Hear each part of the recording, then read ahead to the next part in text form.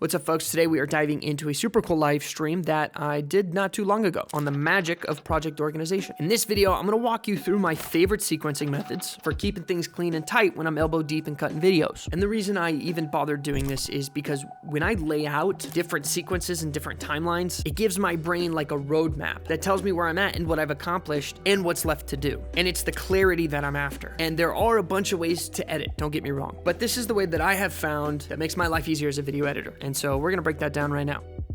Now I want to show you guys the sequence. This is what everybody kind of asks me questions about, and they're like, you create 2 sequences? I create more than 2 sequences, yes. These are just horizontal sequences for you guys in the blueprint. I'll show you my sequencing system, what I do. We'll take the 1080 sequence, we'll bring it down. Pretend these don't exist. Okay, the very first sequence I create is something called a sync. This is where I take all my footage, drag and drop it into the timeline, all of it every single time. Take my audio, which is not imported either. Bring that in here. And, I probably should do the track 4 layer. That's a little clearer. And all I do in this sequence is this. Option S, sync. Everything's sunk now. Very easy, actually. Now everything is sunk. I shoot 4K, so it splits up the files when I shoot for a long period of time. Here's the TikToks you've probably seen a bunch of. I plastered them all over my TikTok page. Everything is sunk. And that's all I do. Boom. Sequence 1, done. Next sequence. This one I title trim. All I do in this sequence, I just go through and I trim a rough cut of everything. So for example, I'll cut out all the fat. I use Q and W, so I know I start here. Boom, Q. So first one, here we go. I cut that out.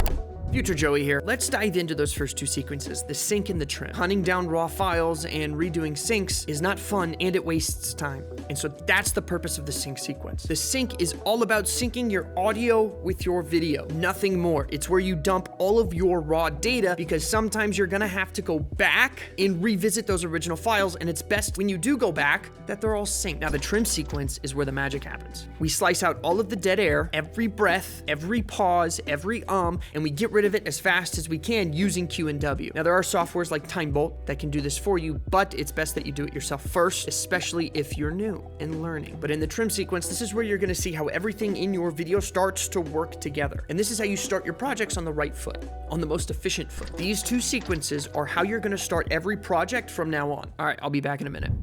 I do that in my trim. After the trim, I do Q. So for social media content, I'll come in here and I'll Q using text layer saying, put chaos to control. And I'll queue up the graph. By queuing up the graphics, it lets me go into what I want the audience to see visually as I'm talking. So B-roll, what graphics I want on screen, all that stuff. I'll queue. After the queue, I'll go find all of the graphics that I've queued that I'm like, ooh, I want this to be here. I'll go and find those assets, import them into my assets folder, select them all, and then bring them into my assets folder here, or drag and drop my assets folder in, whatever. That's how you go about editing your projects. Bring your assets into the folder structure, then bring them into the project. That's gonna save so much time. From the queue, I actually implement the graphics. So from the queue, I'll do G&A. So it actually goes in this order. I'm going to put a 1, I'm going to put a 2, I'm going to put a 3, and I'm going to put a 4, right? And what happens when I do that? Well, when I come up to name, and so it's in this order that they 1, 2, 3, 4. After G&A, if there are multiple versions, I'll do G&A underscore 2, G&A underscore 3, if I have to do multiple different versions of the cut. But honestly, for my TikToks, I know what I want. I don't do that. I don't need to do that. But for clients, I would. After I'm done with that, I'd duplicate the sequence again. And then I would do 5, I would do music, right? After music, I would do sound design. And I would create all these different sequences for tracking the progress of the edit. But what happens when you go back to the old one and it's only one sequence? You do all your edits in one sequence. What are you gonna come in here and Command Z all the way back? That doesn't make sense to me. It shouldn't make sense to you because now you're losing all of the work. All right, Future Joey is back and I got yours.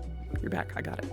I'm gonna explain this. Also, the camera died here. Don't worry about it. I'm gonna notice it and I'm gonna fix it. All right, so after you're done syncing in your sync sequence, you duplicate it, make a trim sequence. After you're done trimming, you duplicate the trim and you make a Q sequence. Now, in the Q sequence, you use the text layer, the text tool, you hit T on your keyboard, you draw a text layer, and you use the text layer and you type in what you want to see in your video. This is the first time you get to be creative, a phase where ideas will flow freely without having to fully commit to one. And that's the whole point of the queuing sequence. You test the waters with minimal effort before diving in head first. And you're gonna place that text layer over the spot you want to see it in the video, in the timeline. Now, after you've gone through and queued, you want to copy and paste that sequence and create a G&A sequence. This is a graphics and animation sequence. This is where you place all your B-roll and you find it and you place it into the actual timeline. If you like the vibes, you roll with it. If you don't, you change it. And this part may take a while. And so feel free to use multiple sequences in your G&A sequences, but I wouldn't use more than 2. And guess what you do after G&A? You whip up a music and SFX sequence, and guess what goes in there?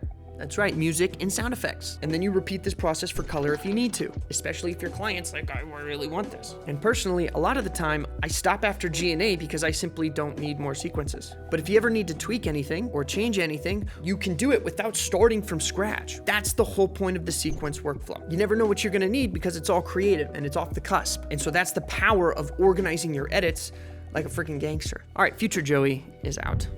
We're back. When you track the progress of your edit, you can access multiple different creative versions. And these other creative versions you can manipulate, and you can try this or try that while still having all this stuff. Have you modified your keyboard shortcuts? Man, do you use Control K with Q and W, or do you have something different? I use Q and W, but instead of Control K, I use Option A. So my fingers look like this on the keyboard, but I use this side. I use A, Q, and W. I use these 3 keys to cut and ripple trim my stuff. The reason I do that is because I don't want to have to move my hand like this, and it's just less movements. It's less stuff. So I use Option A, Q, and W, and it makes it extremely fast for me to cut, especially when I have something like Time Bolt that does the cutting for me. We fixed the camera, so we're good. How many softwares do you work with in a video edit, in a video before exporting? Raymond, it depends on the project. Some projects require a lot of motion graphics. Some projects require a lot of Photoshop files. Some projects require heavy sound design, so I'll jump into Audition. So it depends on the project. For social media, only want Premiere. I do everything inside of Premiere for my social media content. For other people's social media content, sometimes